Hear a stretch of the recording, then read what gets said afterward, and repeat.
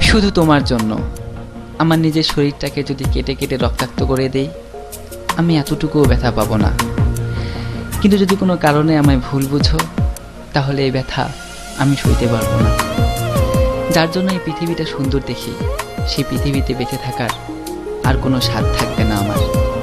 আমি বাঁচতে চাই, তোমাকে সাথে নিয়ে বাঁচতে চাই। তোমাকে ছাড়া আমি আমাকে ভাবলে তার একটিমাত্র পথ খোলা, সে শুধুই আমার মরণ। প্লিজ আমায় মরতে দিও না। I love you.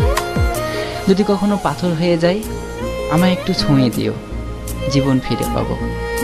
যদি এই দেহে আর প্রাণ না থাকে, তাহলে আর কাছে আসিও না, দূর থেকেই দেখো।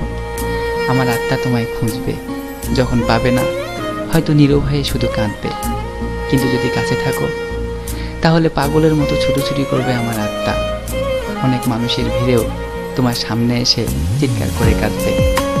আত্মার আত্মচিৎকার কেউ শুনবে না। সমস্ত স্মৃতিগুলো মনে পড়বে। দুজন একসাথে বাঁচতে চেয়েছিলাম, কিন্তু এই সময় এই সংসার আমায় বাঁচতে দিল না গো।